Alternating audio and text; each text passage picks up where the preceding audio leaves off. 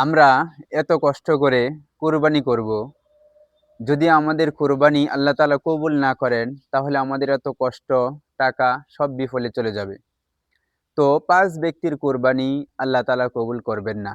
তার মধ্যে ১ নাম্বার, যেই ব্যক্তির নিয়ত ঠিক নেই, তার কুরবানি আল্লাহ তাআলা কবুল করবেন না।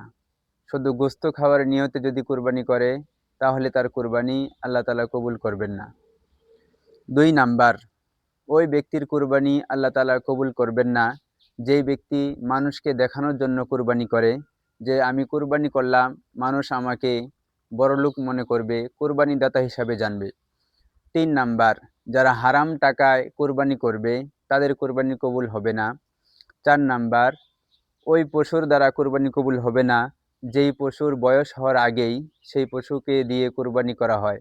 তাই ছাগলের ক্ষেত্রে পুরাপুরি ১ বছর, গরু মহিষের ক্ষেত্রে ২ বছর এবং উটের ক্ষেত্রে ৫ বছর। এবং সর্বশেষ ৫ নাম্বার, ওই ব্যক্তির কুরবানি আল্লাহ তাআলা কবুল করবেন না, যেই পশুকে আল্লাহ তাআলার নাম ছাড়া কোনো মানুষের নামে জবাই করা হয়।